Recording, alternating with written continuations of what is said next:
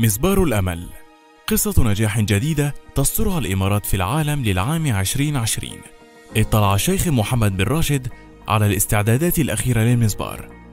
المسبار شهد تركيب القطعة الأخيرة والجزء الخارجي للإنجاز الإماراتي الجديد. حملت هذه القطعة أسماء حكام الإمارات وتوقيعهم وتوقيع أولياء عهود الدولة. تضمنت القطعة الأخيرة عبارة: قوة الأمل تختصر المسافات بين الأرض والسماء.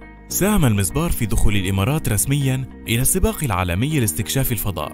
سينطلق في مهمة يوليو 2020، ومن المخطط أن يصل إلى المريخ بحلول 2021، وذلك بالتزامن مع ذكرى مرور 50 عاماً على قيام اتحاد دولة الإمارات.